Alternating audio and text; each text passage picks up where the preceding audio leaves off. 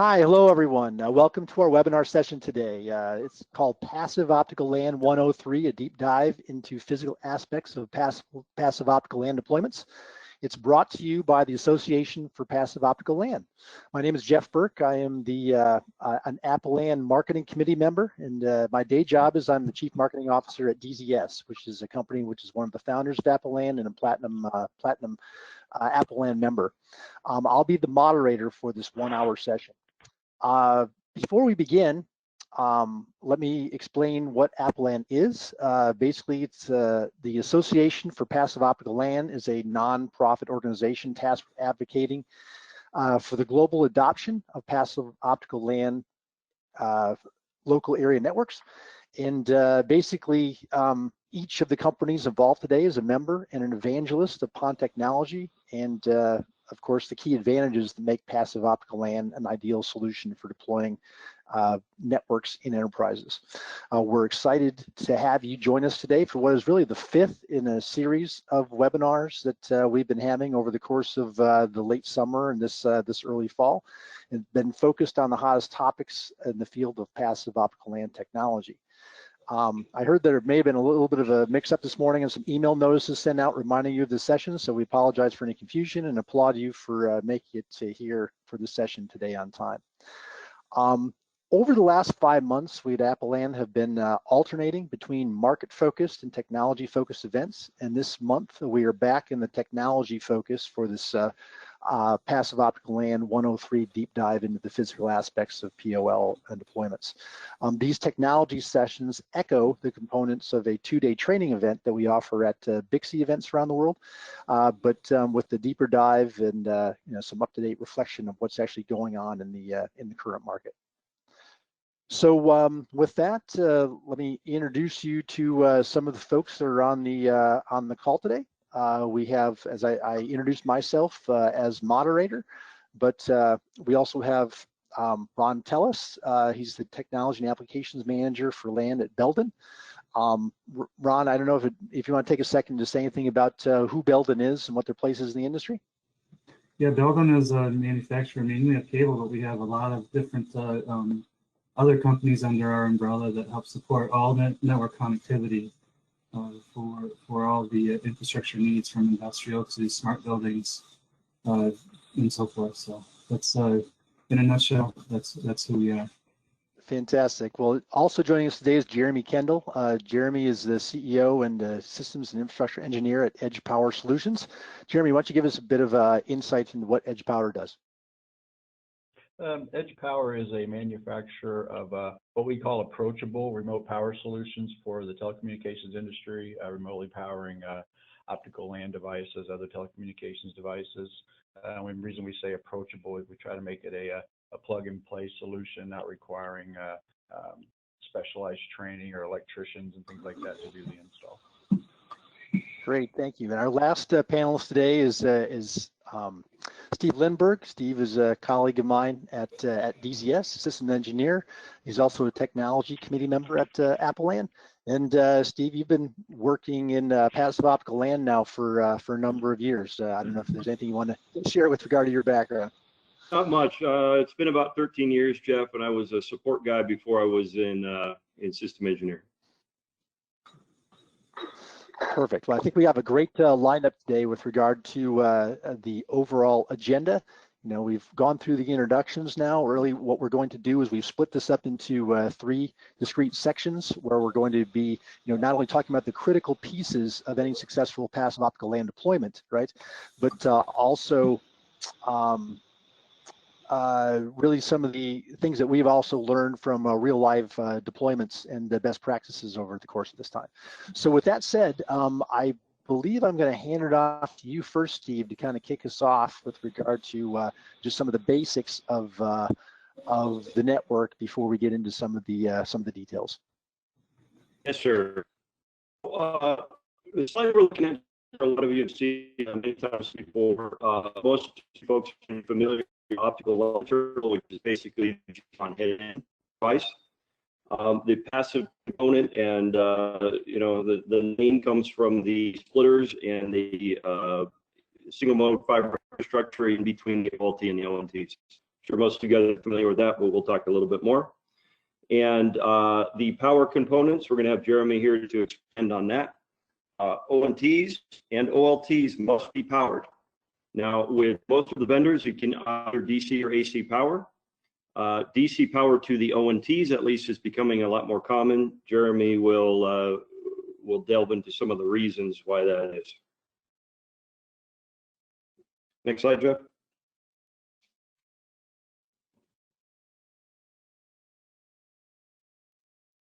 Thank you. So one thing that I really want to stress on this call, the inherent nature of flexibility in design for GPON networks or next-gen PON networks for any passive optical LAN network. So many reasons for that, but we'll start on the OLT side. So most of the vendors, again, we have anywhere from a 1U chassis, pizza box style chassis, up to modular chassis where you have slots to put any number of line cards you need for the number of OLT ports you may need. Uplink cards, or sometimes there'll be fabric cards that provide the core connectivity, management, your database, those kind of things can be redundant. The note here on typically 1 or 2 OLT shells being required for a project, that's a critical idea. So, no matter what the size of the project is in the enterprise world, from a small hotel, a school, up to, a large stadium, large business complex, typically you only need 1 OLT chassis. That's because the density of these chassis can be huge. We could be talking, anywhere from a few hundred ONTs or a few dozens of ONTs up to tens of thousands of ONTs, all served from a single OLT chassis. So for that reason, it becomes very critical that you understand your redundancy options, for one. Usually you'll have some type of a power redundancy to the chassis. Secondarily, even with the 1U chassis, you'll usually have more than one link up to your core network. So if an SFP fails or a link goes down on the far end, you'll continue to run. And in addition to that, GPON and the next-gen PON technologies give you a built-in additional type of redundancy, which is described in the bottom right of the slide here, where you can run 2 single-mode fiber connections to a splitter instead of 1, and potentially run a separate conduit path. And in that case, you have fiber cut protection all the way to splitter. And we'll talk about splitter placement and that kind of stuff a little bit more. But what that means is, typically you're trying to push that splitter as far out as you can to minimize the amount of material and labor involved. So you will get, with the redundancy, that fiber cut protection pretty far out to your end users. So it's an option. It's a very useful option. The one thing that I'll add here that we haven't included is most of these ONTs also allow for subtending. So keep that in mind. A lot of projects, I don't think we remember that that's available. So in other words, I can have a master chassis that is feeding a secondary chassis, maybe to another building, another part of the property that provides data connectivity to that secondary chassis. And it can be, a 1 gig link or a 10 gig link or larger than that if required. So again, I'm going to try and focus on the flexibility inherent to a PON network. So forgive the cable dressing here is not real pretty, but forgive that in the picture. Does give you a really good idea of what really surprises folks who are used to a copper network, traditional copper network, and visit a PON installation. So you're used to seeing these dozens and dozens of copper cables, Cat5, Cat6 cables, heavy duty cable trays, the kind of mess that you see here on the top side. Potentially all of that goes away. And if you see on the very bottom there, this is an example of a 1U OLT. And you do see 4 copper cables going in there, but that's the core connectivity to the box. And on the very bottom right, you see just a little bit of single mode fiber strands. And that's what's feeding out to the ONTs and meeting the needs of the end users. So it just gives you a pretty good idea of visually the kind of differences we're talking about. Now, this slide, very similar, a little bit larger chassis. but does show you that with a huge increase of users, this 3U OLT here is serving, looks like 16 OLT ports, whereas the last one was just 1 or 2. And you can see it's still a very small footprint in the rack.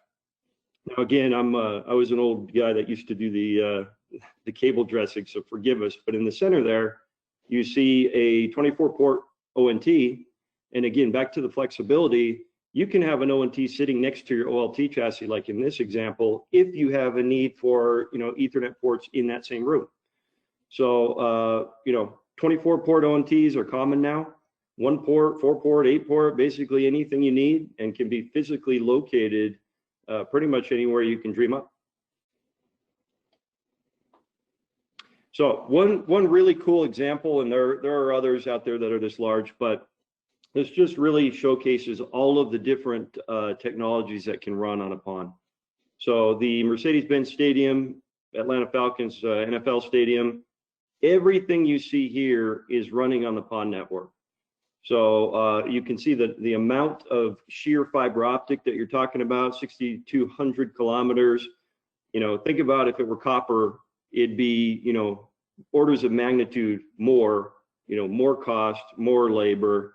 The core network, again, for the IT folks out there, with a PON network, you don't lose control of those core network devices. None of that goes away. We just allow connectivity between those core network devices and the Ethernet ports on the ONTs, extend that with a very high speed, you know, layer 2 network, typically on single mode fiber infrastructure. And, you know, you still control those endpoints. You still control all of the upstream hidden devices and core switches, as you see a big Cisco Nexus switcher router out there, a couple of them. And DAS, they also run a DAS overlay there. They have many, many Wi-Fi access points, IPTV, CCTV cameras, basically the whole gamut here. So really goes to show you that you don't have to limit yourself and wonder, you know, is the technology I want to run on the PON going to actually work or not? This stuff is well soaked and proven in the field.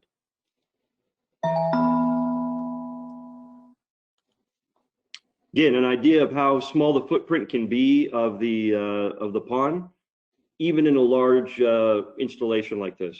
So they have 3 racks here, and I've got pictures of the whole rack, and honestly, most of the top there is not used, available for future use. But the chassis themselves, they've got, for redundancy, they've got 3 different chassis, several different core providers, and you know, each of those chassis is only using up 14U. We're not talking dozens and dozens of racks. Now, they do have many other racks out there for other equipment, but the PON itself requires very little footprint, and again, a very small amount of single mode fiber as compared to what the copper requirement would be. Well, thank you, Steve. I know that Ron is actually going to, from Belden's going to step in and walk us through the next segment of splitters and fibers. I did want to let folks know that there is a Q&A session at the bottom of your, or as part of your overall interface with us. So if you have questions and things, please why don't you throw those in there. We'll either answer back to you directly, or we'll answer some of these at the end of the session. So with that, why don't you go ahead, Ron, and kind of walk us through the next segment here. All right, thank you very much. And first up, I'd like to just thank the LAN organization for inviting me to present. This is quite the honor. What I am going to discuss is what many people call the optical distribution network. It's the infrastructure that gets the signaling from the OLT to the ONTs and vice versa. So it's kind of outlined here as a splitter, but we're also going to talk about the fiber that connects these devices as well. Next slide. So different kind of fibers, there's many different types. The most popular ones are single mode, which are usually which are yellow for the indoor versions, and then then there's also multi-mode, which ONT is what we call Erica Violet. This is unique to Belden, and it's slowly being accepted throughout the industry because within the standards, the ONT was Aqua, and then they came out with ONT and it was also Aqua. So we wanted to come up with a way to distinguish between the two. So that's why you might see OM4 Erica Violet or maybe Aqua, but to help things out when you mix different cabling types. That's why we went that route. These cables are usually widely used for distribution cabling. Distribution cabling means that there's many fibers in there. It's got the yarn in there so it can be pulled, and it's meant to be distributed throughout the building. And then the other types are drop cabling. This here is a drop cable it's black. It's indoor outdoor. It's staple mounting resistant, meaning that it has enough crush strength or ability to handle the staples to staple to the wall. It has 1 or 2 fibers. It's not ideal for pulling. When you have 2 fibers, it's better than when it has 1 fiber. But it can be if we use similar type of pull strings that we do with category cabling. And these are ideal for going from the splitter to the ONT and some of the different topologies that we're going to talk about where we might have the splitter out closer to the end devices. And then the other one is a hybrid cabling. And hybrid means that we have fiber and we have electrical conductors inside. And this definition has been kind of muddled about a bit. Some people call it composite, some people call it hybrid. And I just want to say that we took steps in the standards for TIA and ICEA, and we're also working on an NFPA to combine and zoom in on one definition. That is, a hybrid cabling is fiber with electrical conductors. And so that's the case where we want to deliver power and data over long distances. And we can do that with a class 2 type of power device or other power devices that are out there. Again, these would have similar fiber as you see in the distribution cabling, but it has the addition of copper conductors and power as well. Okay, next slide. And then at the end of these cables, we obviously have to connectorize them somehow. There's one way to do it is splice on connectors, which I don't have shown here, but they act very similarly, where they're spliced on and they exhibit the low electrical insertion loss performance, electrical performance that you see here posted for our pigtails as well. So we can have pigtails that are for a single type of or dual type of connections that you see here, or we could have multiple pigtails that can go into a cassette. And then I also show different cable types and different connector types that can go onto these things. And when we talk about splicing on connectors or pigtails, that's where we get the best benefit from our loss budget when we have to calculate that. Next slide. So we also have the pre-trim solutions, and I tried to demonstrate that through our smart punch numbering system that we have for our patch cords. We can extend this to different cable types as well, but I just thought I'd let you know that maybe you're always dealing with SC APC, but there's also LC duplex, there's simplex, there's APC, non-APC, and so forth. So there's all these different variables out there, and there's also different fiber types, OM4 and OS2 being the most popular, and then obviously the link can also be there. So it becomes important to be able to have the versatility to select what's needed so that your cassettes and your cables and your connectors and your splitters can all be connected properly, and also be able to allow for moves, adds, and changes in the future. Next slide. So let's look at one of the most popular ways to deploy a splitter, and that is where we have one splitter for the whole network. This most common is a 32-port splitter where you have one or two fibers coming into the splitter, and then it splits out to 32 different end locations. And these end locations are where the ONTs are, and then from the ONTs, depending on the type and number of ports and so forth, would determine how many end devices that you would have connected. Next slide. Okay, and so here's another example of what could happen with splitters, and this is more of an engineered cascaded splits. And the reason I say that it's engineered is because going through a splitter adds loss, right? So if I'm going through a 32-port splitter, I'm going to exhibit over 17 dB of loss of my signal going through that splitter, and that's because we're taking one path and then going 32 different directions. So it's obvious that we're going to have some power loss at each one of the ports. But we can also have an engineered split. Let's say I have my locations that are very close to my central office or my service provider.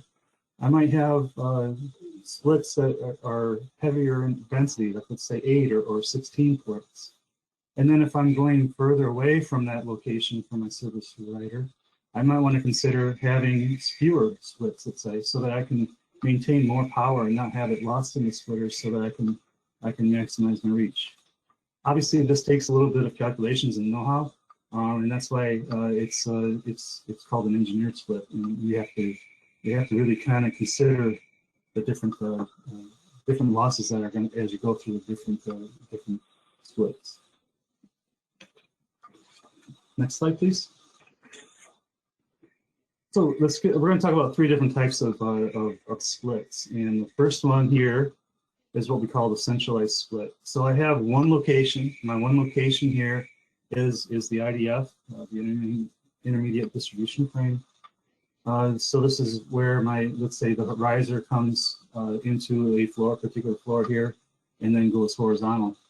Since I only have one location for my splitters, I have to have several cables going out, several fibers going out to different areas, and these areas are called consolidation points, as you see on the right on the bottom there. So my consolidation point is a location where my distribution cabling would come into some type of, probably a cassette, and then going from that cassette out to my end devices, which are the red dots, which would be my ONTs. This particular type of deployment maximizes the ROI, has lowest labor and so forth, but it does have some drawback. So there's another different way of breaking things up into zones, as you see here, but then also adding another layer of security. So if you go to the next slide. And that's what we're going to call the zone split. So here I'm bringing my fiber locations, my FSBs, and my fiber splitter boxes.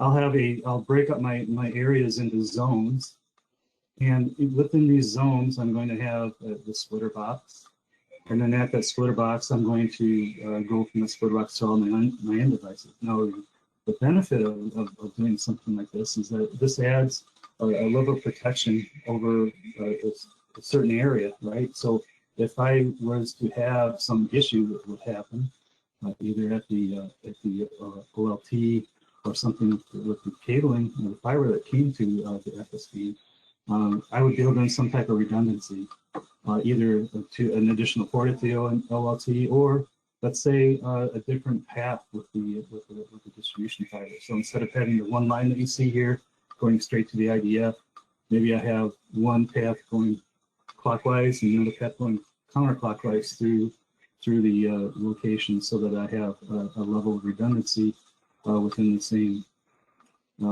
network, just to make sure that those zones are always serviced. And this type of protection is commonly referred to as Type B, which is the most widely deployed type of architecture or zone architecture that's used for the zone split. And you see there, I have my zone splitter in the ceiling, which houses my cassettes and my splitters, and then from that the distribution cords come in, and then my drop cords or patch cords can go out from that. Next slide. The next one here is a rack split. So what that means is I'm splitting at the rack. So in the IDF, I have a rack. So before we showed boxes or housings that could fit in the wall or in the ceiling, here I'm actually going to have a space, let's call it a telecom room, where I have a rack and I have my equipment, and right at that equipment I'm going to split out. Why would I want to do that? Well, let's have a large area that we're trying to cover. Another good example would be like a warehouse, right? So you just want to coming to one location where the offices are and then split out to all these other locations and not have to go around the rest of the office or floor to service these different locations. So I have a IDF, which is telecom room with a rack in there, and then within that rack I actually put my splitters. So I would go from my OLT to some type up to my splitters, let's say. My splitters up to my cassettes, and then the back end of my cassettes would house would be where all the cabling goes out to all the different locations of my ONTs, which are the red dots, as you see here. And really this would also encourage the use of what we call home runs, where you have one cable from one location all the way out to the other location here. So just another terminology you might run across.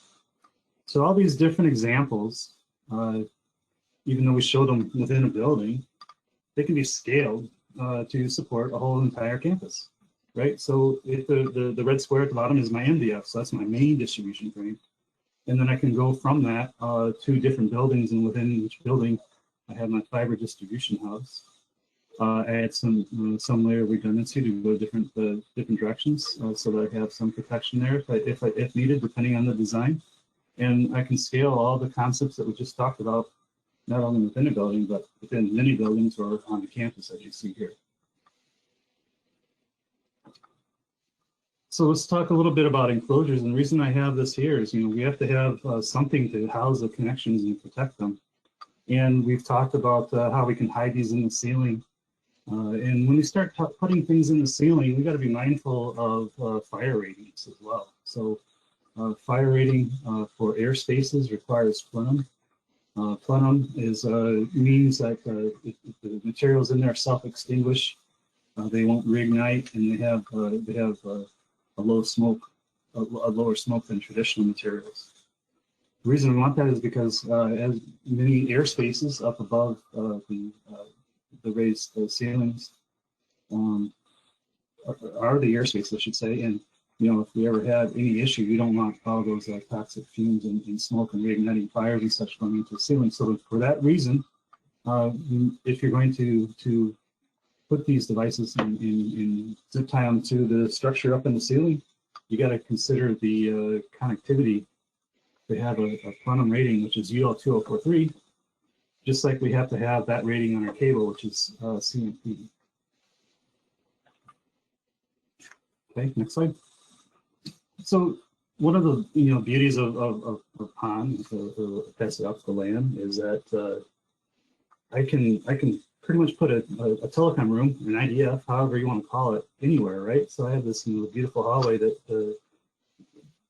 I guess would be going down, but they'd be totally oblivious to the fact that that there's a panel to the left here that houses my whole telecom room, and within that, and I say telecom room kind of loosely because that's what our traditional thought process is, where we house all this traditional switches and copper panels and all that sort of thing. Whereas here, we can essentially put it into a wall mount box, and we have a distribution cable coming in, goes into a cassette, patch cord over to my splitter, and then going out to the individual locations. Could be individual rooms or group of rooms in this example, and a very nice way to offer all the different network connectivity that we've come accustomed to without having to take up a lot of retail space. Next slide. Just like within the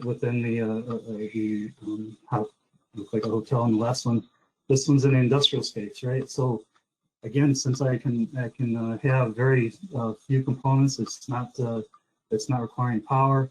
It just needs some place to be placed so that nobody messes with it. And so you see here an example where a splitter is connected to my cable raceway over here on the left, and it's just tie wrapped up to the ladder, as you can see. So again, I can add all the network functionality without having to use up a lot of real estate and power up a lot of devices. Next slide. And that's my part of the presentation. I'll stick around for questions and answers at the end. So thank you. Yeah, thank you very much, Ron. That was fantastic walkthrough there. So I'm going to invite Steve Lindberg back on. He's going to walk us through some of the considerations for ONT placement and best practices for the next few minutes. So Steve, you back on? Yep, I'm here. Thank you, Jeff, and thank you, Great. Ron. Okay, so again, I really do want to stress on the ONT side, even more so than the OLT, the flexibility that you're allowed in these types of, in any type of a PON network. So go ahead to the next slide. This is just kind of the same general outline. ONT models. So all of us different vendors out there for the active components, we have many different form factors, many different feature sets for ONTs depending on what you're trying to do. However, at their most basic, we're talking some number of Ethernet ports. Today, most commonly, usually a gig Ethernet port or many. And usually in the passive optical LAN world, some amount of PoE wattage that you are pushing out from the ONT to your endpoint devices, right? If you're needing to power an ONT, which obviously you're going to via DC or AC power, you don't want to have to individually power all the other devices that hook up to it. Right, so in the carrier world, you really don't see PoE power on these ONTs. In the PON world, you almost always do. Now, there are a lot of other optional features like coax, where you can run RF overlay, which is a little bit out of the scope of this presentation, but you can run analog video that way. Wi-Fi, there are ONTs with integrated Wi-Fi as an option. Many times, you know, in reality, the ONTs will feed an external AP that's you know, a little bit of a more heavy-duty solution with a Wi-Fi controller. And again, the flexibility in where you put these ONTs is really the beauty of the installation on the ONT side. So I know we don't want to run out of our hour here, and I'm going to show you several different slides that kind of give you an example of the varying ways to install these things. Go ahead, Jeff.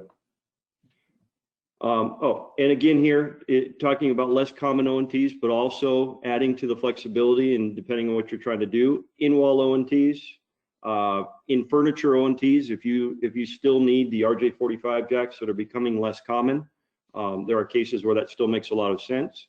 Rack mount units where you have very high Ethernet port density requirements, right? If you've got a data center or a lot of connectivity requirements in an MDF, for instance, and industrial and outdoor. So as most of you know, in the carrier world where this stuff originated, outdoor ONTs on the side of the houses were very common. And there are still places where that makes sense in enterprise installs, especially some of the new smaller form factors like you see there on the middle bottom right, which we'll talk about a little more. So the wall outlet type ONTs, many of the furniture vendors still have you know, single gang boxes that you can mount ONTs up to very easily, right? So you'll still have your short, you know, Cat 5, Cat 6 cables running to the desktop or phone or whatever other stuff you've got on your desk. And it can be a kind of slick way of hiding the ONTs. So again, adding to the flexibility. Next slide. In some of the public schools, I've seen a trend, which is also something to keep in mind where it makes sense. It may look a little messy at first, seeing all these computer cables and stuff, but you see the actual ONT on the desk here. And there's one advantage of this. Single mode fiber is not the fragile glass of the old days, right? So it's just as robust, if you know, usually more robust than Cat 5, Cat 6 cables. So it's possible to have an ONT sitting on the desk, and I've seen school installs where the jack in the wall is actually an SC APC fiber connector. And what that means is, let's say you've got 4 walls in a room, a classroom, for instance, and all of those you know, wall jacks go to the same splitter. That allows a teacher to, let's say, move his or her desk from one side of the room to another, unplug that ONT from the wall jack, move it to another. The ONT will come back up, and because it's on the same splitter, you know, the same config will come up. And just another option, and you know, a way to look outside the box in cases where it makes sense. Wall box, wall mount, and ceiling mount ONTs, very, very common. So a nice way to kind of hide the cabling and the ONT out of the way so it's not tampered with. You can provide, as you see here, a battery backup locally or not. Usually that's done with when you're AC powering the ONTs, and Jeremy will talk about when doing DC power, the options for backing up power there. This example here is happens to be an ONT with AC Wi-Fi, 4 gig ports, 2 POTS lines, and you can see there the RJ45s for the gig ports go out to the room. So this happens to be an apartment condo unit, but we see this very commonly in the hospitality space as well. Go ahead, Jeff. Some of the very small form factor ONTs are allowing, again, another option for design, which basically entails mounting the ONT in a small 4x4 electrical box or other enclosure. And let's say that you've got a need for a camera or an AP out on a golf course or in a parking structure, somewhere where the distance is traditionally a limitation with copper. You can run, for instance, a hybrid cable that provides a single mode fiber for data connectivity and the copper pair to power the ONT, and run that 20 kilometers plus per the GPON spec and the next gen PON spec, and basically provide a Wi-Fi capability or camera out in the middle of nowhere. So some new stuff coming. Hotel room closet is just kind of an example of a smaller form factor enclosure. This one is an 8-port. You can see there's a very small patch panel there where we patch out the Ethernet ports to the room. May go to the set-top box for the TV or the VoIP phones or whatever the need is. But you can see the footprint again, very small, allows a lockable cabinet, so there's no tampering. Easy way to get to equipment if you need to replace or make changes. Again, very common. Another interesting case here, you could see the actual ONTs on the right picture there, mounted on what previously was the heavy duty cable trays that no longer need all the Cat5, Cat6, but you can see they are in this case reusing some of that Cat5, Cat6 from the ONT out to, in this case, manufacturing equipment and test equipment, workstations in this manufacturer facility. But again, gives you an idea of the flexibility. This is kind of a hybrid approach where they're running single mode fiber. You can see the spool up there to the ONTs, but then running medium length Cat5, Cat6 cable out to the devices. So again, the sky is the limit as far as dreaming up a design that makes sense. This is back to the stadium we looked at there, but on the ONT side. So these large stadiums, many times what you have, you can see on the very far left picture there, and then a zoom on the middle and right, an enclosure where the ONT is actually mounted in there, very small. You can see in the middle picture at the top. Again, a hybrid cable coming into that enclosure that provides a single mode fiber and the copper pair for power in the same sheath. And this allows the ONT to power, in this case, an access point, completely sealed off. On the far right, you see the detail there. You see the SCE APC connector that goes out to the splitter. In the middle, you see the Ethernet cable that goes to the WAP and also powers the WAP. And on the right there, you see the DC power coming in to power the ONT, which again then powers the AP or any other device that you like.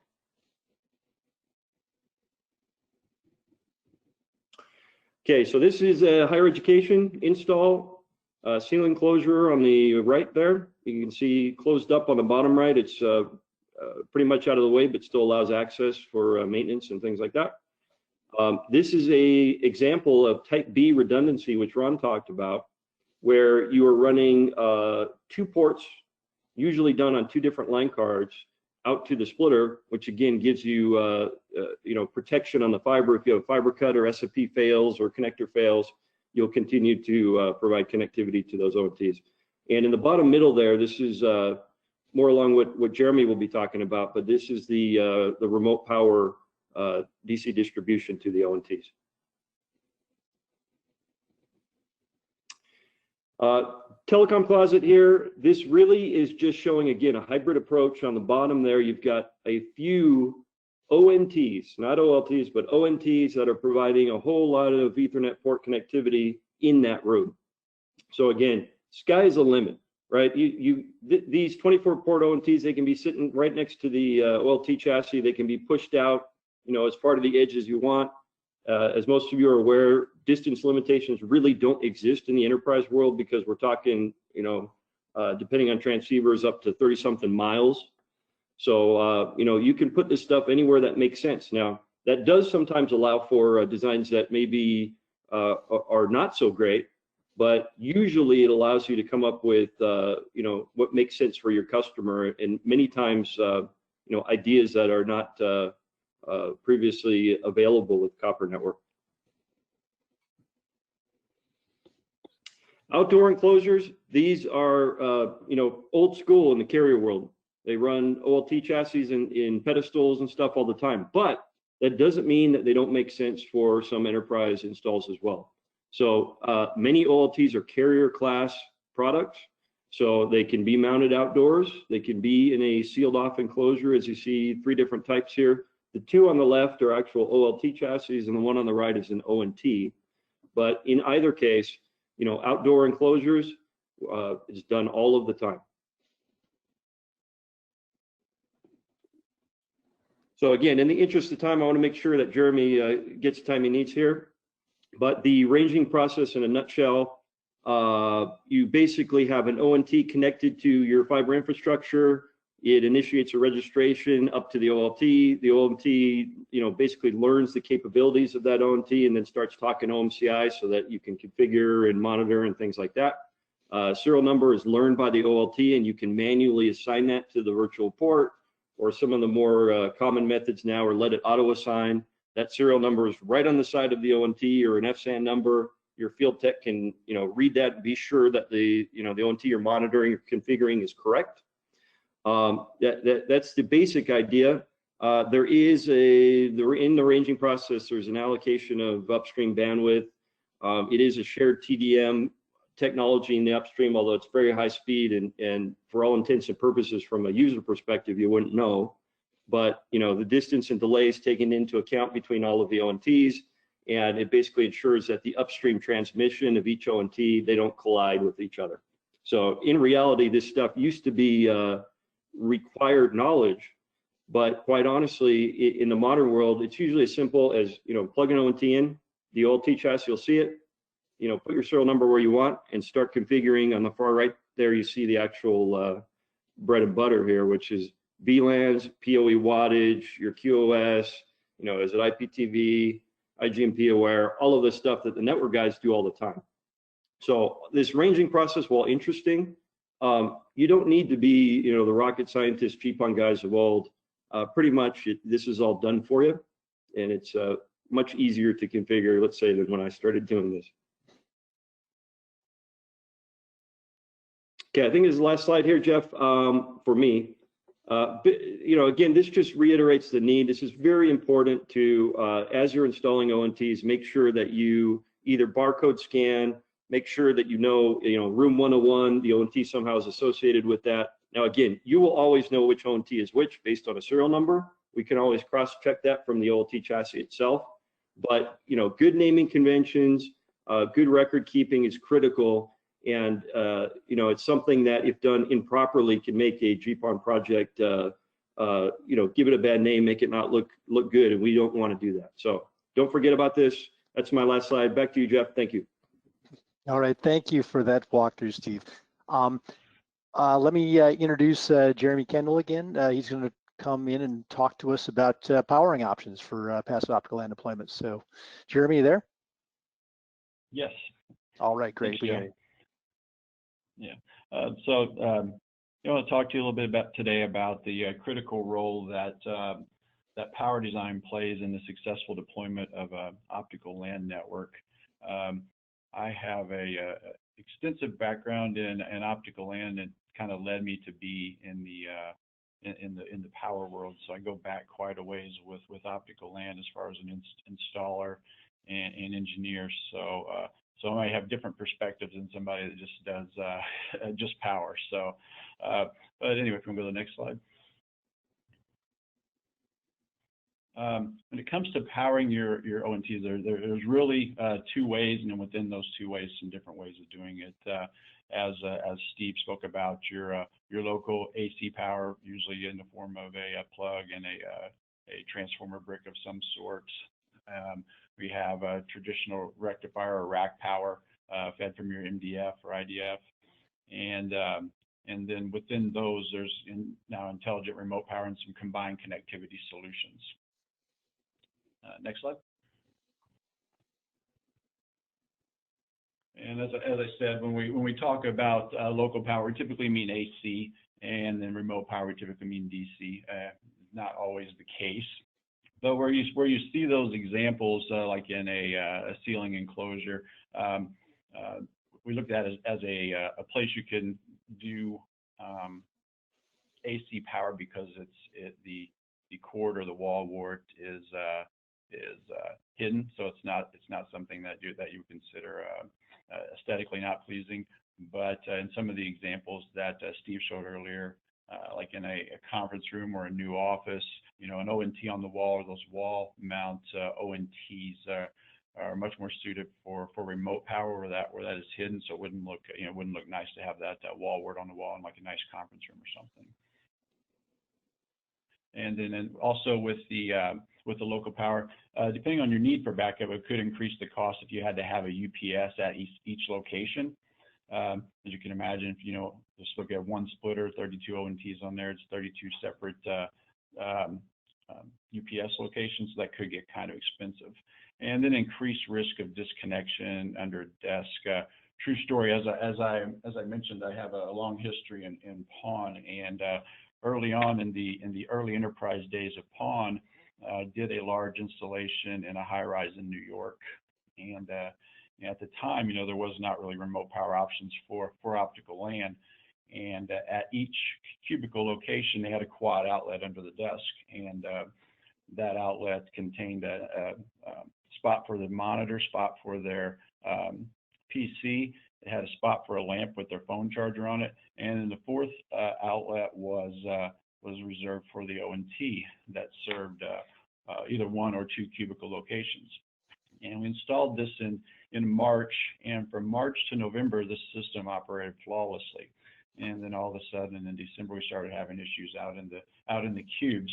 And I'm from Florida, so forgive my insensitivity, but I guess it's drafty in New York in November, and several people were bringing in under the desk heaters, and they knew where all the plugs went except for the one that was going to the ONTs, and that was the one that typically was getting unplugged to plug in that under the desk heater. So that's what I talk about when I say sometimes the local AC power may not be the best choice. Next slide.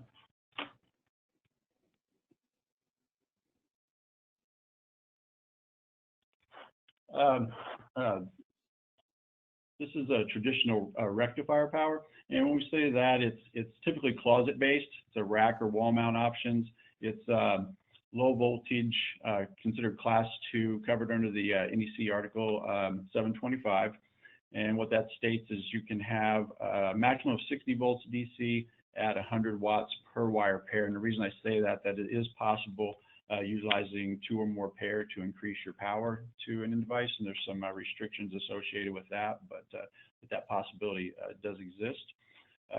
It provides for a centralized backup in one of two ways. It could be a UPS located in that MDF or IDF, and or a centralized DC plant, which we're seeing quite a bit these days, utilizing a high voltage DC to the MDF or IDF, then being converted to usable power for the ONTs or end devices. As I mentioned, within that remote power, there's been some new advances, especially in the intelligent power. And what that provides, or what that means, is that you now have the ability with certain installations to remotely monitor the voltage or current being used at an endpoint, and And then if remotely monitor fault status, so if there's a short or something like that on that power line, you can see what caused that fault. But the most important benefit that we see is the remote output reset. And what that means is we can actually turn off and reset an ONT or an end device remotely without going out to that device. We've probably all been on the phone with our cable company, having trouble with our cable or our internet, and they tell you over the phone, hold on just a minute while I reset that modem. And they do that, and it doesn't work. And the next thing they ask you to do is unplug that modem. And so this is your way of unplugging that modem without, rolling a truck out there. It's really important in a hospitality, and some of the examples that Steve showed. If you have this installed in a closet in a hotel room, you can remotely reset these devices without disturbing the guest. We see it a lot in manufacturing where the ONTs are mounted up high in locations with access points or deep into a manufacturing or logistics facility where you have to get a lift or something like that to go up and reset that end device.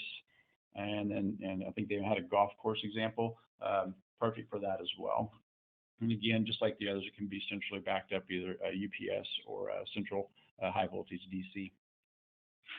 Here's an example of a typical distribution. This particular example is part of a combined connectivity solution that I'll get into in the next slide. But basically with this one, this remote power has a built-in splitter as well. So what that allows you to do is take your ports from your ONT or your OLT out to the combined splitter / power supply, and then from there, wherever those are located, take your splitter feed and your power out to your ONT and then extend onto your end device. Next slide. This is an example of that combined connectivity solution. And you see these are becoming more common. The input power is variable. It could be AC plug and go or a high voltage DC input on the back on the business side. And then on the output, you have your 32 or 16 or 8 100-watt 56-volt DC outputs, but also integrated splitter within there. So you get your power and your splitter all combined in a 2 RU unit there. So it saves rack space and at the same time gives you those that power monitoring, onboard push buttons for a local reset of a circuit, and then your other controls and monitoring abilities. Next slide. I talked a little bit about the high voltage DC. I just want to dive into that just a little bit more. We're seeing more and more buildings having a DC grid, if you will, so a centralized DC plant. I think Steve showed that also in the stadium example, to where they have a high voltage DC, and that feeds the MDFs with 192 volts plus. There's a lot of systems that some of you see on the screen that can accept either an AC or a high voltage DC equivalent into their systems. And what that allows for is rather than having UPSs in every IDF or splitter power supply location, you can have a centralized backed up DC plant that feeds all of your closets. Next slide, please. And I want to talk a little bit about power accessories. These are kind of something that somewhat new and needed in the industry, I think. The first thing you see down at the bottom is a power patch panel. We think this is a better way of doing an installation when you're doing a fiber power installation that allows the electrician or cabling contractor to pre-terminate your fiber as well as your power on the back side of a patch panel, and then allow you to come in later and patch your power from the front of that patch panel down to your remote power device. And also the use of patch cords, power patch cords. And we like this for flexibility of patching to different. You can patch different groups to different splitter power supplies. But we also like the ferrule tipped ends. And whether you use a patch cord or not, if you're just connecting straight, we still recommend the use of the ferrule tipped ends. It's a more secure connection in your typical Phoenix or whatever screw type connection that you have for the for the patch cord or at the end of the ONT, but it also prevents that wire fraying that you see when you screw down a wire on screw down the screw on a bare wire. Next slide. I'm going to jump in just a little. I get a lot of questions on power calculations, so I just thought I'd throw this in here. Our website and many of the websites of the passive optical LAN members have cable distance calculators.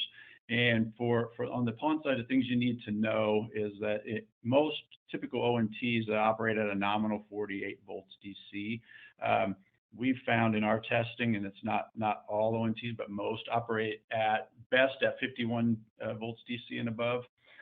So the things that you need to know is the ONT power load. What's the ONT itself take just to run with no POE load?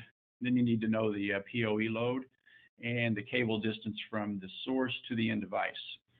And when you have all of that, and kind of in the example below, where you have your ONT power, your access point power, a VoIP phone, the 39 watts, you divide that by your source power. And you can see in this example, we have 0.7 amps. So that allows you, that gets you to where you can have all the information you need to input in a calculator such as ours. But what I want you to see in that particular example, at a half an amp at 1,500 feet on a 14 gauge cable, we're still at 52.21 volts DC. So, you know, that's within that 51 volts DC that we recommend. But the important part about that is we see, you know, across the gamut of starting voltages. Some people, you know, have 48 volt DC power supplies and it goes up to 60. That starting voltage matters, and for the example, you see as that starting voltage goes down, the current would go up. So that would decrease the distance that you can go and stay within the requirements. So, and another question I was getting, just a note I put down here at the bottom, if you can reuse existing Cat 5e or Cat 6 cabling for your power. And you absolutely can, but the thing that you need to remember when you do so, that if you use 2 pair for your positive and 2 pair for your negative, you're still only getting, on average, an 18 gauge wire equivalent. And I believe, next slide, I think that wraps it up for me. Yeah, it does. Thank you very much, Jeremy. I think that was fantastic. And I wanted to thank each and every one of the panelists here today. I mean, we clearly had some great expertise here, and really appreciate you and your company stepping up to you know, helping educate the market on these critical features and best practices. You know, I did want to put a plug in here for the Association for Passive Optical LAN overall. You know, we are always looking for new members, and are also always here to be an educational resource and a evangelist for this market. So if you are interested in joining a set of companies that you know, are the who's who of this market right now, I would highly appreciate and recommend that you get a hold of us, and just go to www.apolanglobal.org, right? And we'd love to chat with you and see how we can help and find a place for you in the industry. So with that said, you know, I know that we're at the top of the hour. I will ask one quick question, because I did see a constant theme across this. And I think this is probably more appropriate for you, Ron, but I'm sure the others can chime in as well. There's a lot of questions coming in around typical loss budget considerations. Are there some elements of that that you might want to highlight for us, Ron, and then we can see if anyone else wants to chime in on that? Yeah, so I mentioned before that the splice on connector is the lowest. It has the lowest loss at 0.35. A typical splice has 0.1, and then when we start looking at our splitters, you know, one split you would think that's 30 dB, but there's other components within that splitter that adds a little bit more loss. So when we're looking at a 32 port splitter, 1 to 32, that's about 17.5 dB. As opposed to like a 1x4, which is 7.3. These are all published from the manufacturers of the components, and if anybody wants more input on that, I can certainly answer via email. All right, great, thank you. And anyone else want to add to that? Well, you know, I think we had a lot of great information shared today, and certainly I want to be respectful of folks' time with regard to the hour planned overall. So as I mentioned at the beginning of this is one of 5 existing webinars that we've been producing over the last 5 months here at Apple LAN. Our next one will be in mid-December. We'll be focused on that intersection of passive optical LAN and 5G, so a pretty exciting topic and timely, I believe, as well. So look forward for information on that coming up on the website soon. And we'll also be doing obviously some outreach to you all as well. But thank you very much. I will also say that this event has been recorded. Our intent is actually to not only post the event recording here soon, but we'll try and PDF these slides and make sure that they're easy for a quick accessibility for you as well. And we'll send a follow-up note to the folks who are on this this call, just letting you know what those links are on the Apple LAN website. Okay. One last time, you know, thank you, Jeremy, thank you, Rich, thank you, Steve, and Ron for being part of this whole mix and pulling it all together. And we will look forward to seeing you next time. All right, thanks.